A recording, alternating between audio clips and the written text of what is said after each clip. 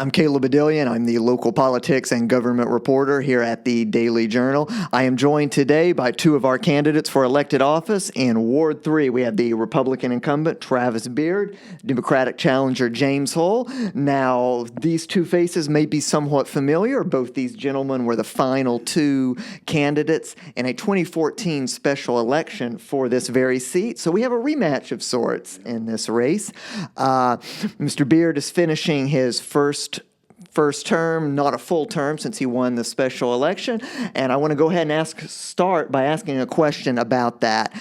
In the time you've been in office, which has been a little less than some of your colleagues, what do you think have been your areas of greatest impact in the city since you've been elected?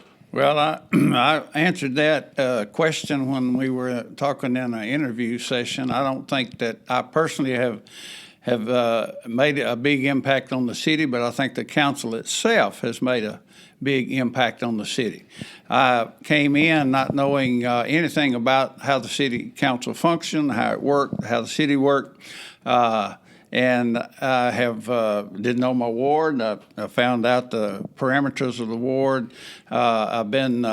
We have had a couple of neighborhood associations formed, and so my biggest impact would be working through the neighborhood associations to improve Ward 3. All right, so quick follow-up, it'd be fair to say then you think your biggest impact has been on bread and butter neighborhood issues, not as a policymaker.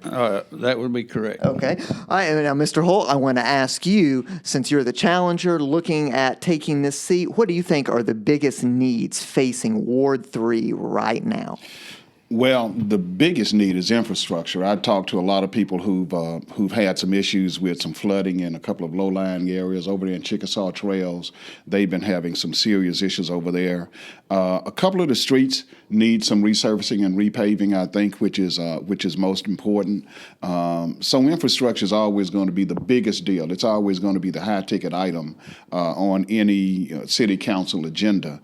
I do think that there are some other things that are needed for Ward 3, such as a little bit more attention. Ward 3 has really not gotten the attention it should, like many of the other wards in the city, and I've got some ideas about how to maybe bring more attention to Ward 3, build it up, bring more businesses in. You bring more jobs in. So there are some issues that I think that I can have an impact on. But as in any city council race, it's always going to be, as you said, bread and butter infrastructure issues. Right. I want to ask you a quick follow-up about some of the economic issues. You've advocated for the creation of a small business enterprise zone. Yeah. Now, for the benefit of viewers, briefly describe what that would be and how it would work.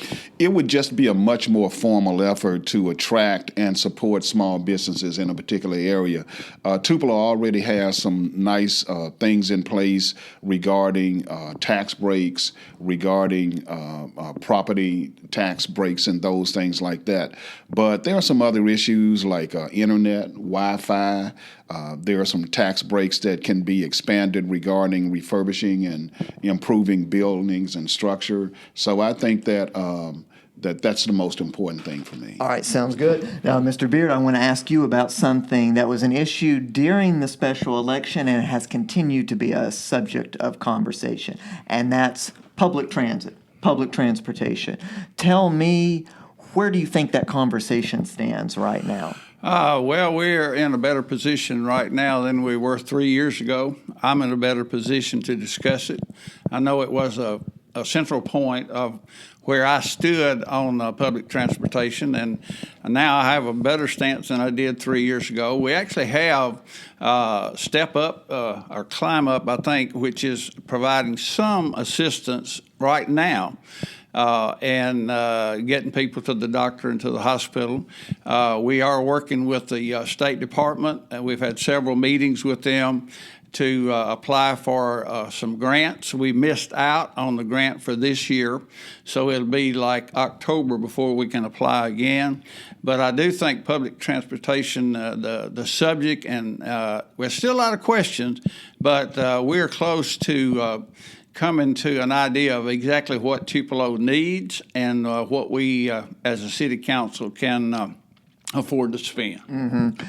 Sketch out, if you will, very briefly, what do you think is the most promising option? There's been a lot of different ideas and debate over how much it might cost. What do you think is the most promising option? It looks like the best option available that I've heard discussed would be a fixed route going to certain locations within the city, and then with a variance off of that fixed route for some distance. It may be 5 miles, maybe 3 miles. That's yet to be determined. But we don't want empty buses driving the street. We want people on them. So there are some locations, and we're trying to figure out exactly where those locations are. All right, sounds good. Now, Mr. Hull, I believe you also have released some proposals about public transportation. Tell me a little bit about your ideas. Well, I think right now phase one should be a public-private partnership. That could be worked out in a matter of just a few months. The problem with fixed routes, and I agree with Mr. Beard 1,000,000%, is that you can't have empty buses burning a lot of fuel. You and I have talked about this before. I think it was in the interview. That is really not cost effective at all. A public-private partnership where the city finds a way to issue vouchers. I've thrown some numbers out there, but obviously they need to be talked about and discussed and see what's more cost effective with the local taxi cab companies. One of the reasons that Tupelo has not really moved forward with public transportation is because there's a lot of pushback from the existing transportation providers in this town, and obviously they don't want to lose any money or they don't want to lose any clientele. So I think that a public-private partnership where the city engages in some kind of a voucher system would be the phase one. Mm-hmm. All right. Now, Mr. Beard, I want to ask you about something. Your opponent has said some nice words about you, but he's also suggested that you've been insufficiently engaged in city government and that Ward 3 needs stronger leadership. I want to ask you if you want to address any of that. Really wouldn't have any basis to respond to that remark, so I would decline. Okay. Tell me a little bit about the approach you took last year after some controversy arose after the shooting of a gentleman, Antoine Ronnie Shumpert. We saw a lot of controversy about that, and Mayor Jason Shelton's administration was really at the forefront of taking some of that criticism. What did you see as your role during that issue? Well, my role, I saw it as a legal issue, and I thought it should be handled by the appropriate authorities. And so my job, in my opinion, was to let them do their job and for me to stay out of their way. Mm-hmm. And that's exactly what I did in that situation. Mm-hmm. Where do you think the city stands? We saw the mayor appoint a number of different committees to study different issues, put forward some proposals to rebuild some trust. Where do you think those efforts stand right now? Well, I think there's been a lot of progress made with the committees that were formed. The Police Advisory Board is almost functional right now. I think there's a couple appointments still left. We had planned for that first meeting to be in June of this year, and I'm hopeful that we still will have our first meeting in June. We did hire a citywide neighborhood outreach coordinator, and Marcus Gary, and he's doing a great job meeting with the different groups and bringing them together and seeking input. We've had one town hall meeting to discuss issues, and I think there's some plans for more. So I think Jason Shelton's plan, to get input from the community and improve our community is doing a good job. Mm-hmm. Mr. Hull, you were at the forefront of pushing for some things from city government, asking for some things to be done after the unrest began to arise over some of that shooting incident. So I want you to evaluate the city's efforts thus far and what more you think needs to be done. I'll be quick, but I've got to back up. As far as saying things about Travis Beard, the name Travis Beard, I think he's a fine guy. I love him to death. I've walked in Malum School Gym on many occasions, and it was just him and my son, Josh, where Mr. Beard was feeding him basketballs and trying to help him with his basketball game. I have been critical of Ward 3 city councilmen, and I need to say that. When I start getting on my soapbox about Ward 3 city councilmen, I make it very clear clear that I don't call Travis's name because I love Travis. I really think he's a fine guy. But I do think that the ward needs more leadership and fresher ideas. I just need to say that. I will say that the six pillars of truth and reconciliation, as they are called, needs a lot more work. The fact that they were established is progress, but we've got to move much beyond that. For example, there is a faith and religious leaders group that is supposed to be meeting. Doesn't meet a great deal. There is this push for more transparency in hiring, not just in the police department, but in the entire city. That's one of the pillars of truth and reconciliation.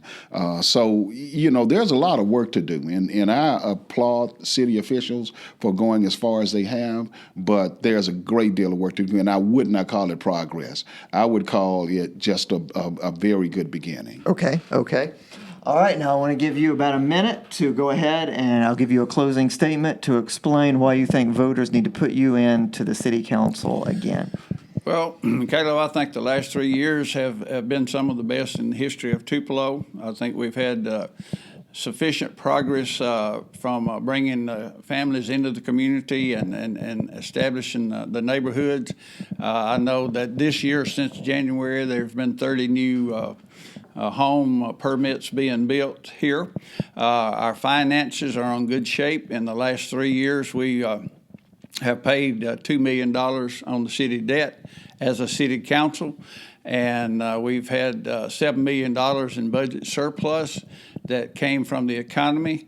And so I think to continue that progress with keeping the council in the same way it is now would be a benefit to the city, and I look forward to giving voters a chance to make that decision. All right, thank you so much, Mr. Beard.